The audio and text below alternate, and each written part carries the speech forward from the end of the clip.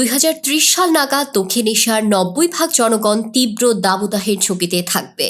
4 ভাগের 1 ভাগ থাকবে বন্যার ঝুঁকিতে। সোমবার 24 নভেম্বর সকালে বিশ্বব্যাংকের এক প্রতিবেদনে এসব তথ্য তুলে ধরা হয়।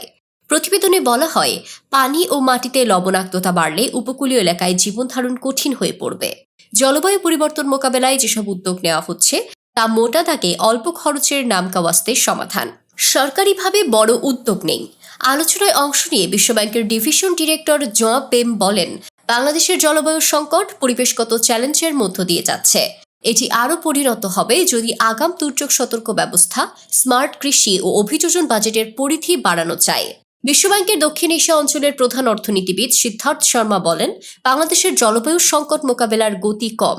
যেখানে চলমান বাস্তবতায় দ্রুত উদ্যোগ জরুরি, সেজন্য সরকারি ও বেসরকারি খাতকে একসাথে কাজ করতে হবে বলেও জানান তিনি।